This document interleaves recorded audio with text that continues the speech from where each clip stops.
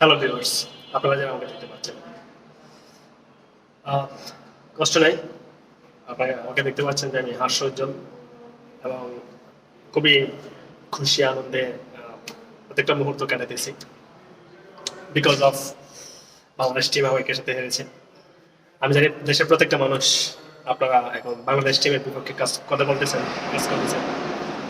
তো আসলে ক্রিকেটাররা জানে তারা যে খারাপ করছে, তারা কি জন্য খারাপ করছে, তারা অনেক কষ্টে আছে। এই অন্তিম সময়ে তাদের পাশে কেউ নেই, আমি জানি। সবাই এদের বিরুদ্ধে কথা বলতেছে, বিভিন্ন জনে বিভিন্ন ভিডিও বানাইতেছে।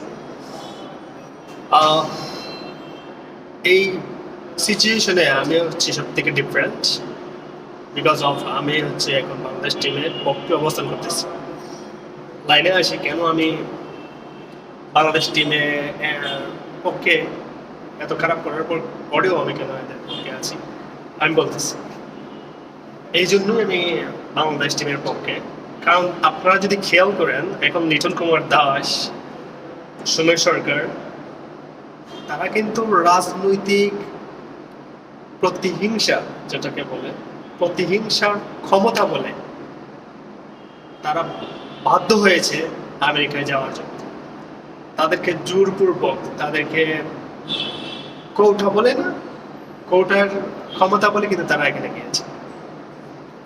তারা কিন্তু যেতে চাচ্ছিলেন, কারণ তারা জানে তাদের পারফরমেন্সের অবস্থাটা কি।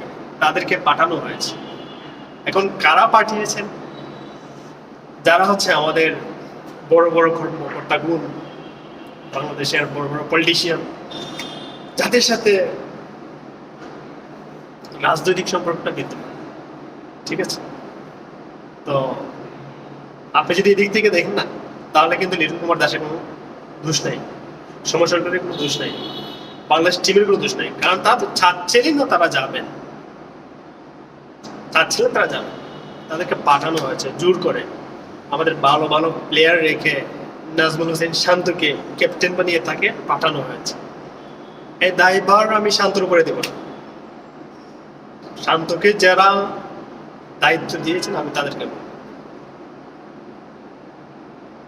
আপনারা বাংলাদেশের মানুষদেরকে নিয়ে, বাংলাদেশের মানুষের আবেগকে নিয়ে খেলাধুলা করতেছেন। আপনাদের কাছ থেকে ভালো কিছু আশা করা যায়। দেশের মানুষ আপনাদের কাছ থেকে ভালো কিছু চায়।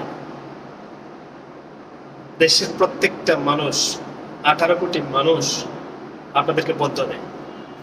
কেন জানেন? আপনাদের কাজ কাম ভালো। আপনারা কাজ কাম ভালো করেন, ফিরে আসেন, জনগণ কি বলে সেটা বুঝেন।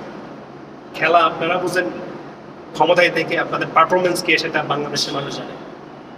তো আপনাদের উচিত বাংলাদেশের মানুষের কথায় কান দেয়া। 18 কোটি জনগণ কি চায় সেটার দিকে দৃষ্টিভঙ্গি দেয়া। জানি খাবার দোকানে কোরআন পাঠ করে কোনো লাভ হবে না, তারপরে বলতেছি মনে কষ্ট নেই। তারা আত্মসমর্পণ করেছে, নিজে উপর দিকে থু মারলে নিজের উপরে পড়ে, যে দেশকে নিয়ে বলতেছে। এভাবে হারাটা হচ্ছে না। যাই হোক,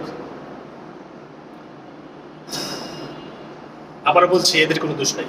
যাদেরকে টিমে পাঠানো হয়েছে, যাদেরকে সংশ্লিষ্ট করা হয়েছে টিমের মধ্যে, তাদের কোনো দোষ নাই। বড় বড় গোয়াল মাছগুলো আছে না, যারা সম্পৃক্ত করেছে তাদেরকে যারা দায়িত্ব দিয়েছে, এই যে নাজমুল হোসেন শান্তকে দায়িত্ব দিয়েছে, তাদের দোষ। আমাদের মেহেদি মিরাজ কি করেছে? তামিম ইকবাল, মেহেদি মিরাজ, এনামুল হক বিজয়, রনি তালুকদার, এরা কি বাংলাদেশে আলাদা কোনো রাজনীতি করে? আলাদা এদের কোনো দল আছে? তামিম ইকবাল হচ্ছেন প্রেসিডেন্ট, তাই না? আর মেহেদি মিরাজ হচ্ছেন প্রাইম মিনিস্টার। তো এদেরকে আনা যাবে না এই দলে, তাই তো? ভালো হয়েছে, সময় থাকতে ভালো হয়েছে। বাংলাদেশের মানুষ আস্তে আস্তে ঘৃণা করতে শুরু করেছে।